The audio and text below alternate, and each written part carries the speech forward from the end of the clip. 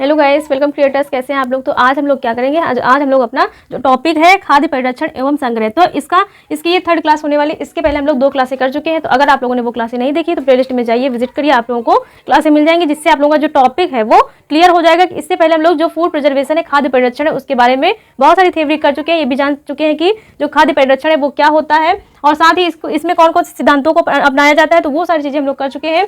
जीवाणु क्या होते हैं, उसके प्रकार कितने होते हैं, और जैसे साल्मोनेला होता है, क्लॉस्ट्रीडियम होता है, ये सब हम लोगों ने कर लिया है। तो अगर क्लास नहीं देखी तो प्लेलिस्ट में जाइए, विजिट करिए, आप लोगों के लिए क्लास हेल्पफुल होगी। तो आज हम लोग इस टॉपिक का पार्ट 3 करने वाले हैं, मतलब ये हम लोगों की तीसरी क्लास होने वाली है। तो आइए स्टार्ट करते हैं। इस क्लास में हम लोग क्या करेंगे, खाद्य परिरक्षण की विधियां पढ़ेंगे। क्या पढ़ेंगे, खाद्य परिरक्षण की विधियां पढ़ेंगे। तो मेथड ऑफ फूड प्रिजर्वेशन पढ़ेंगे कि भोज्य पदार्थों को परिरक्षित करने के लिए कौन कौन सी विधियों का उपयोग किया जाता है। तो उन विधियों को आज हम लोग अपनी क्लास में जानने वाले हैं।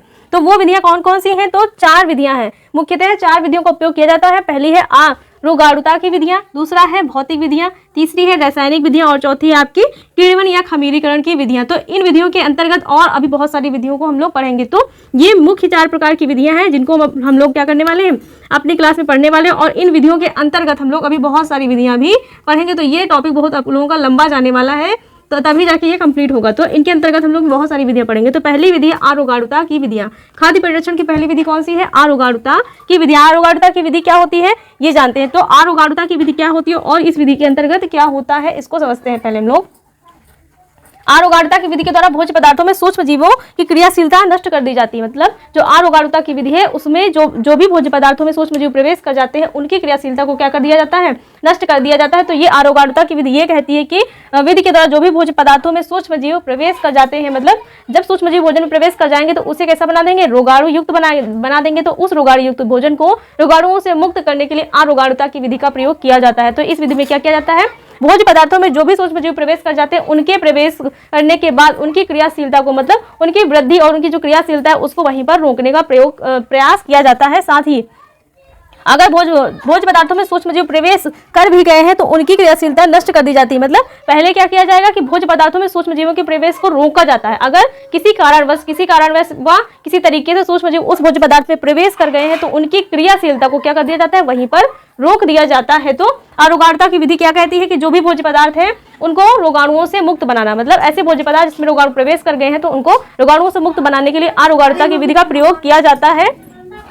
तो इसमें क्या होगा, अगर सूक्ष्म जीव भोज्य पदार्थों में प्रवेश कर गए हैं तो उनकी जो क्रियाशीलता है उसको वहीं पर रोकने का प्रयास किया जाता है। पहली बात तो ये है कि जो सूक्ष्म जीव है उनके प्रवेश को पहले से रोकने का प्रयास किया जाता है, मतलब उनको प्रवेश करने ही नहीं दिया जाता है भोज्य पदार्थों में। अगर किसी कारणवश किसी तरीके से वो भोज्य पदार्थ में प्रवेश कर गए हैं तो उनकी जब प्रवेश कर जाते हैं उसके बाद उनमें वृद्धि होने लगती है, तो उनकी वृद्धि व क्रियाशीलता को वहीं पर रोक दिया जाता है। किस विधि के अंतर्गत, तो अरोगाणुता की विधि के अंतर्गत। अगर क्वेश्चन आएगा कि भोज्य पदार्थों में रोगाणुओं के प्रवेश जो सूक्ष्म जीव है उनके प्रवेश के रोकने या उनकी क्रियाशीलता को नष्ट करने के लिए कौन सी विधि का उपयोग किया जाता है, तो अरोगाणुता की विधि का उपयोग किया जाता है।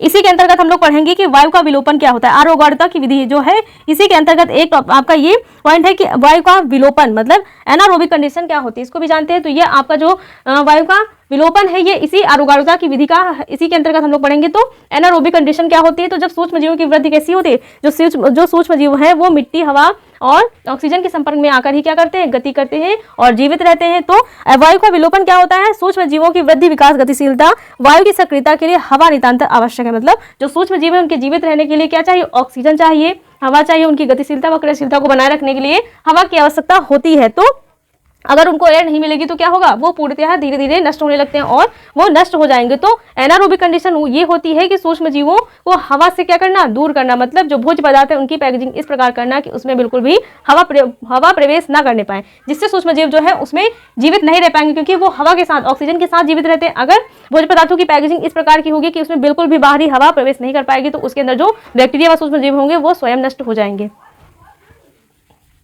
तो वायु का विलोपन क्या होता है, एनारोबिक कंडीशन होती है। कौन सी कंडीशन होती है, एनारोबिक। एरोबिक का मतलब होता है वायु की उपस्थिति और एनारोबिक का मतलब होता है कि वायु की अनुपस्थिति। एरोबिक और एनारोबिक 2 टर्म होते हैं। एरोबिक का मतलब होगा जहां पर वायु उपस्थित होगी, ऑक्सीजन उपस्थित होगी, और एनारोबिक का मतलब होता है कि वहां पर ऑक्सीजन उपस्थित नहीं है। सूक्ष्म जीवों की वृद्धि, विकास, गतिशीलता एवं सक्रियता के लिए हवा नितांत आवश्यक, अतः वायु पूर्ण विलोपन द्वारा, मतलब इस प्रक्रिया को इसलिए अपनाया जाता है कि उस भोज्य पदार्थ की पैकेजिंग में वायु का पूर्ण विलोपन, मतलब ऑक्सीजन को बिल्कुल ही प्रवेश उसका निषेध हो जाता है। इस प्रकार की पैकेजिंग करी जाती है जिससे पदार्थों को संग्रहित किया जाता है। जैम, जेली, अचार, मुरब्बा आदि पैक करने से पूर्व वायु का पूर्व विलोपन कर दिया जाता है। तो जैम, जेली, जो अचार मुरब्बा की पैकेजिंग होती है, आप लोगों ने देखा होगा, जो बोतलें आती है उनकी पैकेजिंग इस प्रकार से होती है कि उसमें बिल्कुल भी एयर टाइट कंटेनर होते हैं, उसमें बिल्कुल भी जो एयर है वो प्रवेश नहीं कर पाती। इस तरीके से उनकी पैकेजिंग करी जाती है, जिससे जो सूक्ष्म जीव है उसमें प्रवेश नहीं कर पाते और उस भोज्य पदार्थ को खराब भी नहीं कर पाते हैं। वायु का विलेपन कर दिया जाता है। बोतलों का डिब्बों पर मोम की परत चढ़ा दी जाती है और उनके प्रवेश को बिल्कुल मतलब इस प्रकार से रोका जाता है कि जो डिब्बे हैं उन पर क्या चढ़ा दी जाएगी, मोम की परत, ताकि ऑक्सीजन बिल्कुल भी नाम मात्र भी उसके अंदर प्रवेश ना कर पाए। तो उन डिब्बों के ऊपर मोम की परत चढ़ा दी जाती है, जिससे सूक्ष्म जीव उसमें प्रवेश नहीं कर पाते हैं। तो अगर वो बॉटलिंग की क्रिया के दौरान भी उसमें प्रवेश कर गए तो उनकी क्रियाशीलता व वृद्धि को वहीं पर रोक दिया जाता है और बॉटलों के ऊपर क्या चढ़ा दी जाती है, मोम की परत चढ़ा दी जाती है, जिससे वो उसी के अंदर क्या हो जाए, निष्क्रिय हो जाए और बाहर से और जो अन्य सूक्ष्म जीव है वो उसमें प्रवेश ना कर पाए। तो एनारोबिक कंडीशन कौन सी होती है, हम लोगों ने समझ लिया है कि एनारोबिक कंडीशन वो होती है जिसमें जो पैकेजिंग होती है उसकी पैकेजिंग इस प्रकार की जाएगी भोज्य पदार्थों की, जैसे आपका जैम, जेली, मुरब्बा हो गया, कि इस प्रकार की पैकेजिंग होगी जिसमें उसमें सूक्ष्म जीव जो है वो बिल्कुल भी प्रवेश ना कर पाए। तो सूक्ष्म जीवों की वृद्धि व विकास को रोकने के लिए जो पैकेजिंग है उसकी व्यवस्था इस प्रकार से करी जाती है, उसको इस प्रकार से पैक किया जाता है कि उसमें सूक्ष्म जीव बिल्कुल प्रवेश न कर पाए। और ये पैकेजिंग के दौरान बिल्कुल ध्यान रखा जाता है कि जो पैकेजिंग होगी उसमें क्या होगा, पूर्ण वायु विलोपन कर दिया जाता है। जो कंटेनर है उसको पूर्ण वायु विलोपित कर दिया जाता है, उसके अंदर बिल्कुल भी ऑक्सीजन नहीं होती है और भोज्य पदार्थ की पैकेजिंग के बाद उस पे ऊपर क्या होता है, मोम की परत चढ़ा दी जाती है। मोम की परत चढ़ा दी जाती है जिससे जो ऑक्सीजन है उस पैकेजिंग के अंदर बिल्कुल भी प्रवेश नहीं कर पाती और इसके कारण सूक्ष्म जीव उसमें उत्पन्न नहीं हो पाते और न ही भोज्य पदार्थ को नष्ट कर पाते हैं।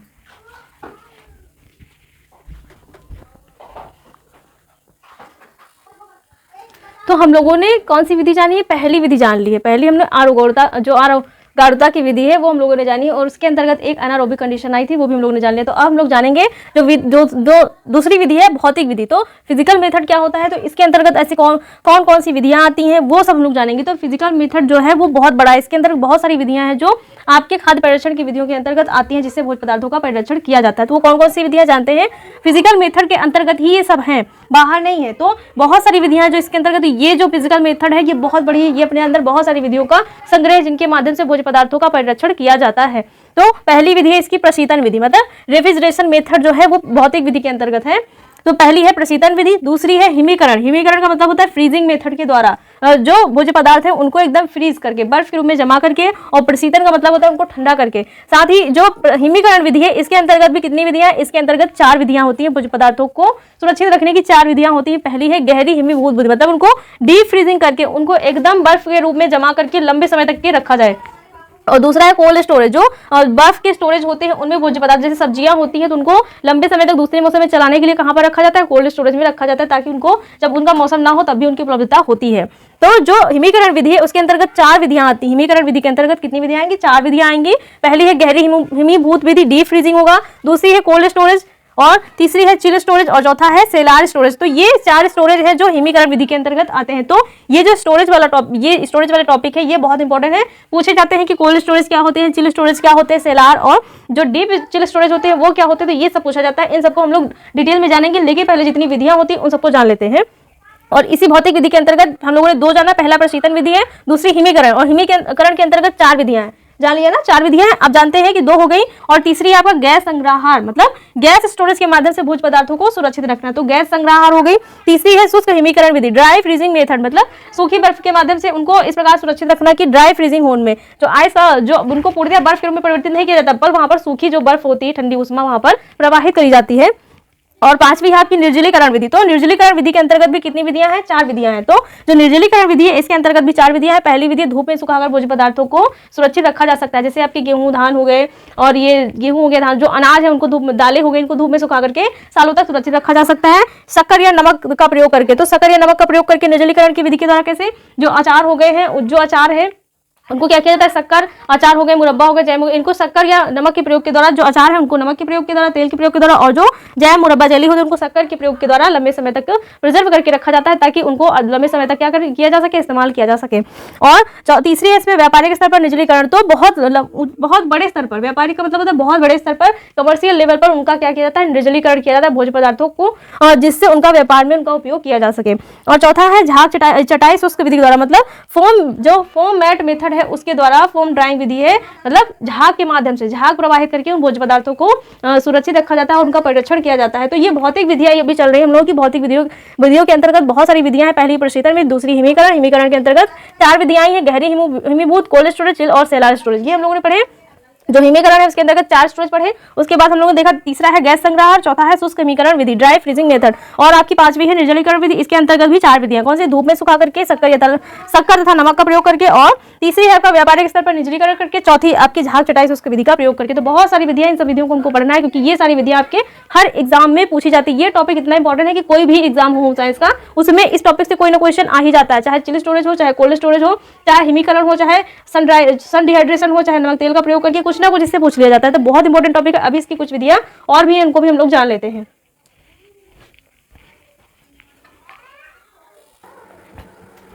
तो भौतिक विधियों के अंतर्गत हम लोगों ने 5 विधियां जान ली थी, और उन 5 विधियों के अंतर्गत कौन कौन सी विधियां आती हैं ये भी हम लोगों ने समझ लिया। अब हम लोग जानते हैं कि छठी विधि कौन सी है। तो 6 नंबर पे है आप लोगों की उच्च ताप का प्रयोग करके। उच्च ताप का प्रयोग करके मतलब हाई टेम्परेचर का उपयोग करके किस प्रकार से भोज्य पदार्थों को सुरक्षित करके रखा जा सकता है या परिरक्षण उनका किया जा सकता है। तो इसमें भी 3 जो इसके अंतर्गत भी 3 विधियां आती है। पहला है पाश्चुरीकरण, और पाश्चुरीकरण कितने ताप पर होगा? तो 100 डिग्री सेल्सियस के कम ताप पर होगा। तो जो पाश्चुरीकरण होता है वो 100 डिग्री सेल्सियस के कम ताप पर होता है। दूसरी है कि 100 डिग्री सेल्सियस ताप का प्रयोग करके, और दूसरी विधि में 100 डिग्री सेल्सियस ताप पर रखा जाएगा। पाश्चुरीकरण में क्या किया जाएगा? 100 डिग्री सेल्सियस से कम ताप पर पाश्चुरीकरण होता है, और जो दूसरी विधि में 100 डिग्री सेल्सियस ताप पर प्रयोग करके भोज्य पदार्थों का परिरक्षण किया जाएगा। तीसरी है कि 100 डिग्री सेल्सियस ताप से अधिक ताप का प्रयोग करके, मतलब जो 100 डिग्री सेल्सियस है उससे अधिक ताप टेम्परेचर पर रख करके भोज्य पदार्थों का परिरक्षण किया जाएगा। तो उच्च ताप के प्रयोग में 3 विधियां हैं। पहली है पाश्चुरीकरण, दूसरी है 100 डिग्री सेल्सियस ताप का प्रयोग करके, और तीसरी है कि 100 डिग्री सेल्सियस से उच्च ताप का प्रयोग करके। आपकी जो 7वीं विधि है नमी का निष्कासन विधि, मतलब जो भोज्य पदार्थ है उनसे पूरी तरीके से मॉइस्चर हटा करके उनको लंबे समय तक करके सुरक्षित करके रखा जा सकता है। तो मॉइस्चर का मतलब होता है उनके अंदर जो भी नमी है उसको हटा करके, जैसे कि जो गेहूं और ये अनाज होते हैं उनको सुखा करके क्या किया जाता है, उनके अंदर जो मॉइस्चर होता है, नमी होती है, उसको पूर्णतः हटा करके उनको सालों तक सुरक्षित करके रखा जा सकता है। दूसरा है विसंक्रमण के द्वारा, मतलब जो स्टेरिलाइजेशन उस मेथड के द्वारा जो है भोज्य पदार्थों का परिरक्षण किया जाता है। तो ये सब विधियां किसके अंतर्गत आती हैं? भौतिक विधि के अंतर्गत आती हैं। और आपकी अगली विधि डिब्बाबंदी तथा बोतलिंग के द्वारा, कैनिंग एंड बॉटलिंग के द्वारा जो भोज्य पदार्थ है उनको लंबे समय तक सुरक्षित रखा जा सकता है, जैसे जैम, जेली, अचार, मुरब्बा और ये सारी चीजें जो होती हैं उनको कैनिंग और बॉटलिंग के द्वारा लंबे समय तक सुरक्षित करके रखा जा सकता है, उनका प्रयोग किया जाता है।